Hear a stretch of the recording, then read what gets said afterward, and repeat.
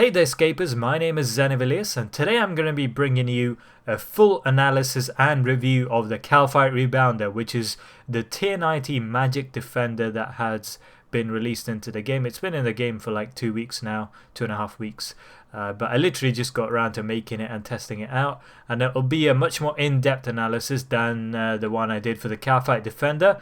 I'll be focusing on these topics, so damage, accuracy, defense, which includes armor and damage reduction, effect with Achto equipment, defensive ability analysis, boss specific reviews, so next raids in Vorago. So hopefully you guys enjoy it. Let's get started. Alright guys, it's time to finally make my Kalphite Rebounder, aka the tier 90 MAGE Defender, which I've been putting off because I didn't want to buy the Seismic Singularity at 150ml, which is its current price, around that. I would have wasted a lot of money, so I decided to buy it with Seismic Singularity shards, and it took me ages to get these. I got these at 1ml each, so 60ml for this and 1.2ml, so 70ml. That's 130ml, so yeah, 60 plus 70 is 130, so yeah, that's 130ml. I saved around 20 to 25ml there. So let's make it. There we go, and let's combine it with the Perfect Chitin. Combine magic, Seismic Singularity.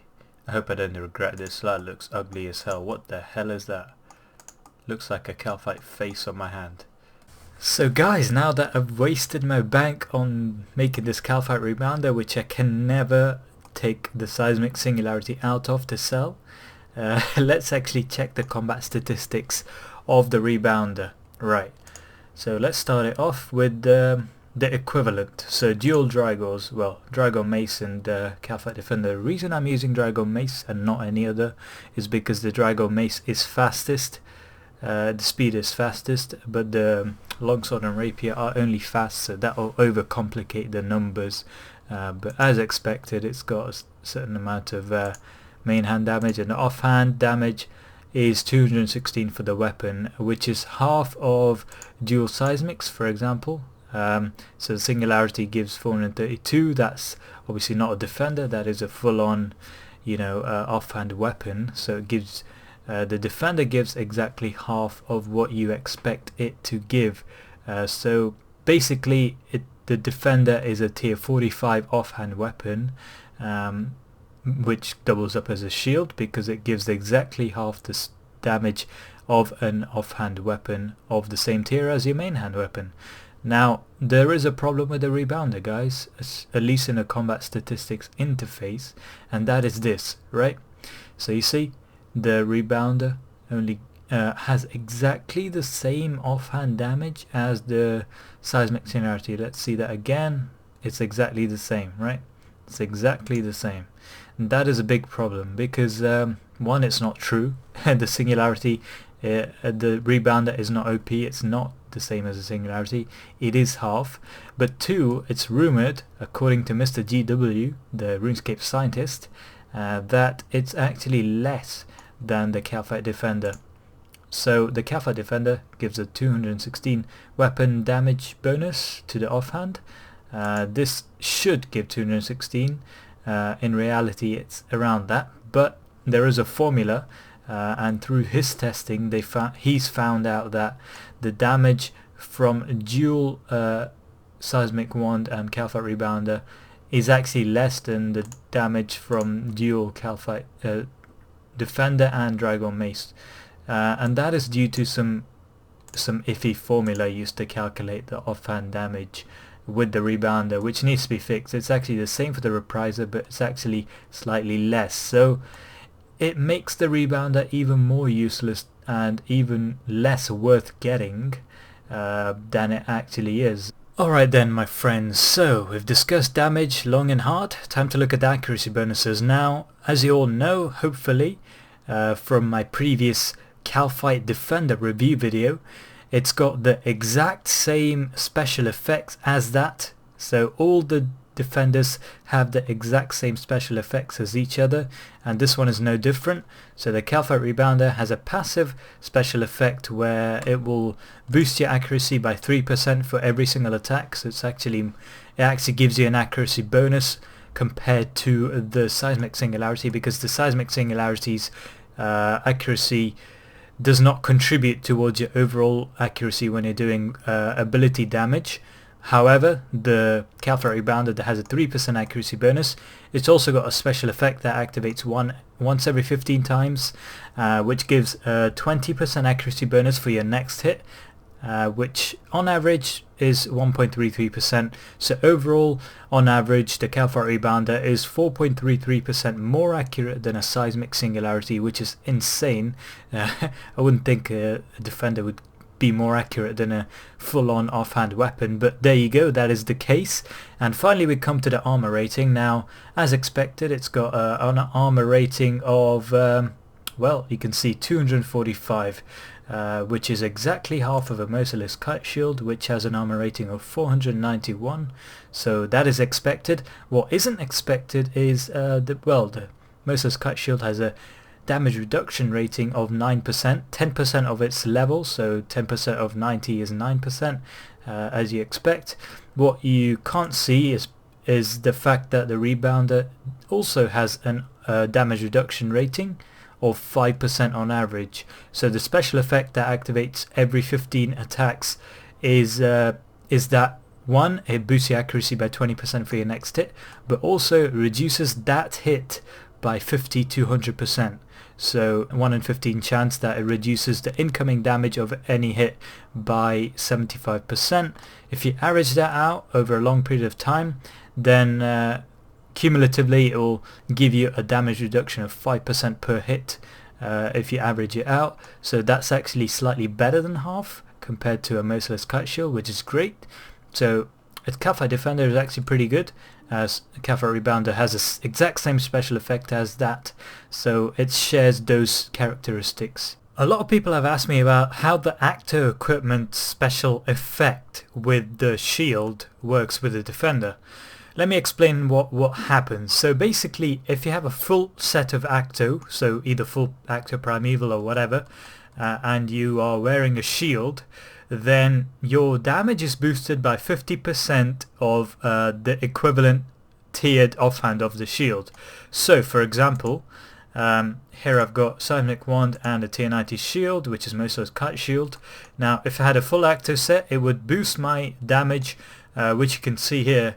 It's currently 1111.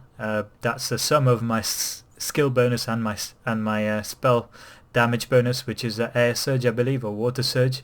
So 864.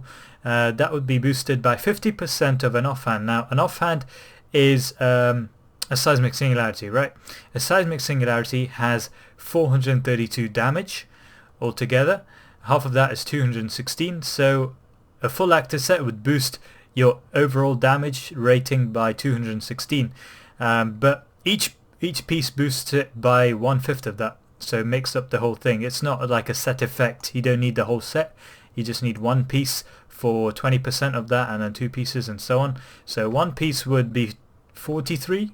So 43. This number should go up by 43 if I wear one piece. Yep, there it does go up by 43, because there you got 43 strength bonus from the special effect of that Achto Primeval gloves. If I wore another one, that would go up by 86. There you go, 86. So that makes sense. That's how it works. With a Defender, it's very simple again. It's half of what it is with the shield. So it'll go up by half of 43. It'll go up by 22 or 21.5, 22. So if I wore the Achto Primeval gloves again, it'll go up by 22 or 21, up to 1132. If I wore another piece, it will go up by 43. So that's basically how it works. So if you look at the numbers overall, it's still better damage if you have 99 Mage to wear the full Achto and the Defender and Seismic Wand, because that is 93.5% of the full damage you would get with dual Seismics. However, with the shield, it's only 79.7%, even though it's 50% with the shield, but only 25% with Defender. So yeah, Defender and full Achto still works, but It's not 50%, but it's still better than a shield in terms of DPS. And now it's time to review the defender at different bosses. Now I'm going to check out some of the major abilities as well, not just simply reviewing the effectiveness of a defender. I'm going to statistically analyze major abilities like Revenge, Debilitate and Resonance at different bosses. So hope you enjoy. And before we get onto that, I know what you're all thinking. It's causing you OCD. I need to probably click on this tree, right? I'm going to click on this tree, guys, to relieve you of the OCD. I'm going to click on it, believe me. No, I won't. See you guys. Just kidding. I'll click on it. There you go.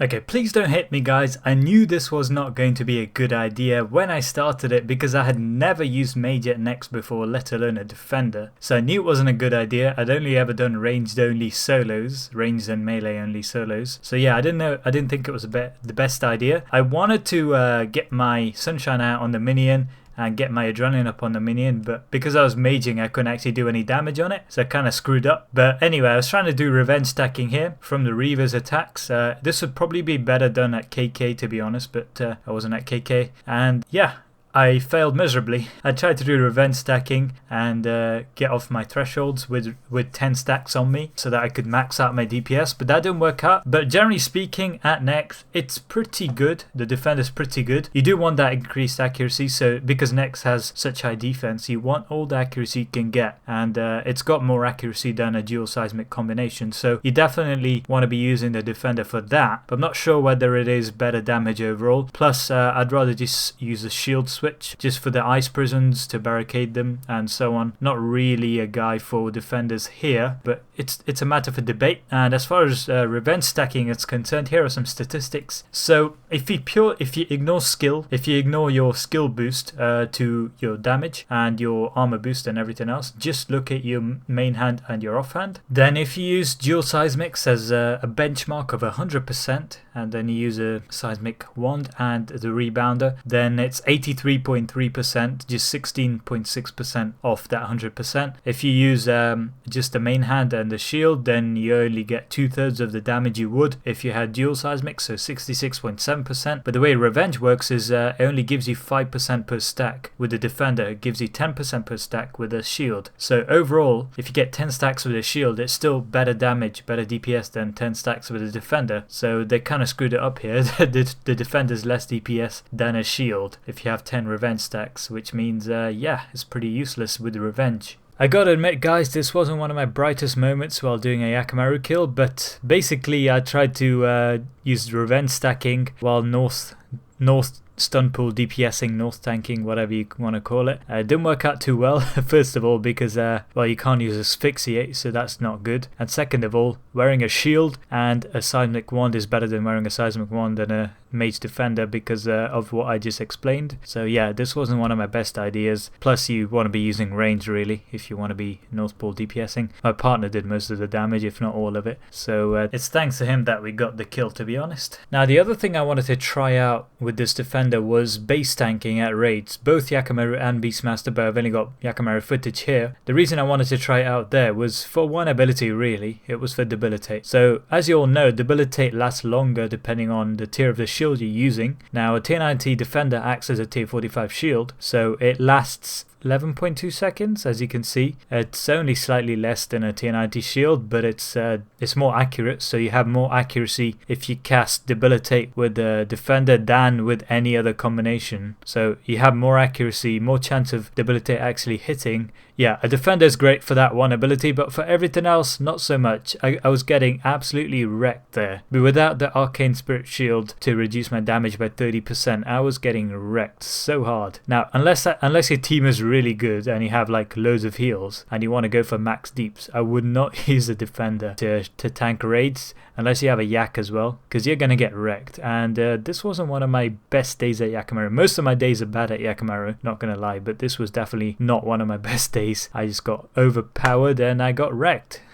I've definitely left the best till last, guys. In this case, it's Vorago. Vorago is probably the best use of this rebounder. It's probably the only good use of this rebounder. I can't think of where else you would use it consistently. We start off with base tanking.